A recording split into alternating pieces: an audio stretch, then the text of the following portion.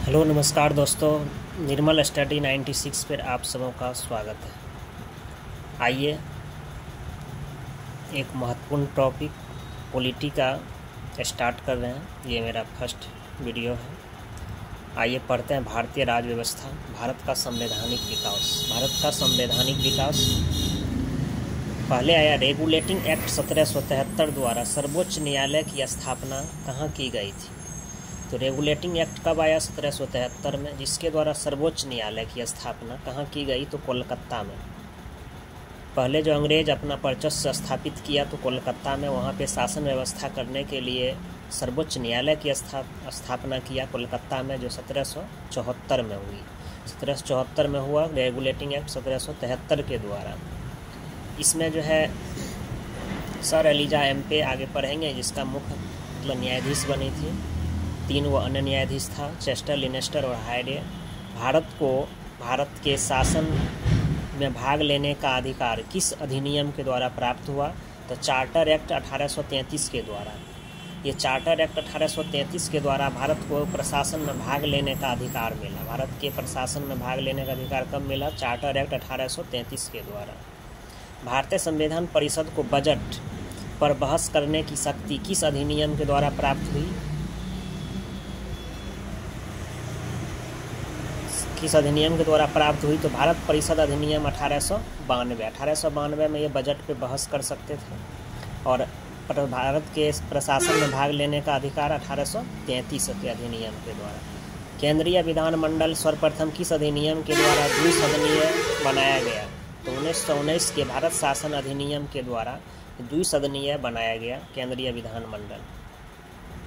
भारत के राष्ट्रपति को अध्यादेश जारी करने की शक्ति मूलतः किस अधिनियम? तो कहेगा राष्ट्रपति को अध्यादेश जारी करने की शक्ति किस अधिनियम के द्वारा प्रेरित है? तो यह भारत शासन अधिनियम 1935 के द्वारा। अध्यादेश जारी करने का गवर्नर जनरल को भी अधिकार मिला 1861 के द्वारा अधिनियम के तहत। ये राष्ट्रपति को अध्यादेश जारी करने का अधिकार भारत शासन अधिनियम 1935 से प्राप्त है। ये भारत का संवैधानिक विकास में ईस्ट इंडिया कंपनी के द्वारा कई सारे एक्ट पारित किए गए, जिसमें पहला एक्ट आया था रेगुलेटिंग एक्ट 1773 ईस्वी में।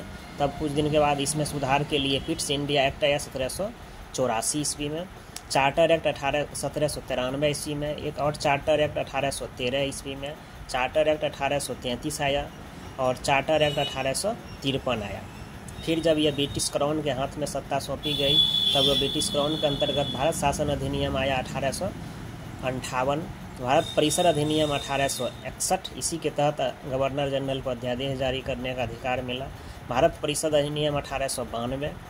भारत परिषद अधिनियम 1909, जिसे कि मार्ले मिंटो सुधार कहते हैं। भारत शासन अधिनियम 1919, चेम्सफोर्ड सुधार। भारत शासन अधिनियम 1935 और भारतीय स्वतंत्रता अधिनियम 1947। आइए केंद्र में कहेगा द्वैध शासन व्यवस्था किस अधिनियम के तहत लागू किया गया? अधिनियम के तहत लागू किया गया केंद्र में कहेगा 1935 के अधिनियम, भारत शासन अधिनियम। और राज्य में द्वैध शासन 1919 का अधिनियम।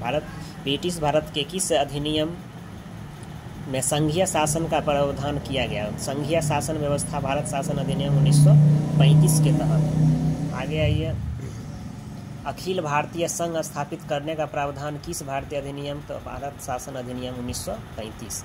भारत के संविधान में केंद्र और राज्य के मध्य किया गया शक्ति का विभाजन भारत शासन अधिनियम 1935 पर आधारित है। अभी जो केंद्र और राज्य के बीच शक्ति का विभाजन किया गया, संघ सूची, राज्य सूची, समवर्ती सूची, ये सब जो है 1935 का अधिनियम पर आधारित है। एक निर्वाचित संविधान सभा द्वारा भारत के संविधान का निर्माण करने का प्रस्ताव किसके द्वारा दिया गया था? तो क्रिप्स मिशन के द्वारा, जो आया था गठन 1927 में, आया 1928 में। भारतीय संविधान सभा का गठन किसके अंतर्गत किया गया? संविधान सभा का गठन कैबिनेट मिशन 1946 के अंतर्गत।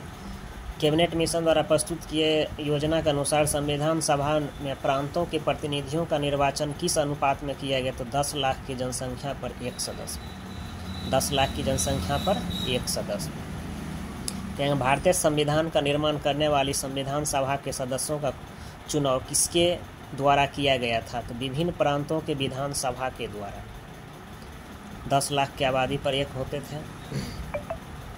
जवाहरलाल नेहरू, अंतरिम सरकार वर्ष 1946 में जो अंतरिम सरकार बना था 1947 से आज़ाद होने से पहले, उसमें जवाहरलाल नेहरू का विभाग था राष्ट्रमंडल संबंधी तथा विदेशी मामला, प्रधानमंत्री भी बनाए गए थे।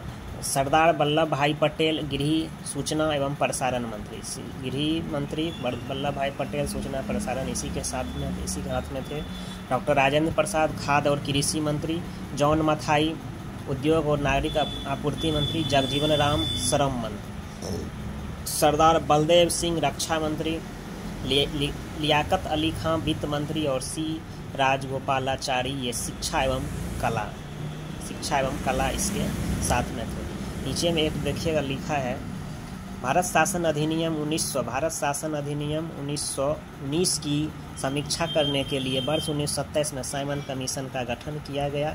इस पर काफ़ी सारे विवाद हुए। लाला लाजपत राय को लाठी लगा, जिसके बाद उसका मृत्यु हो गई। ये हुआ आज का पहला वीडियो।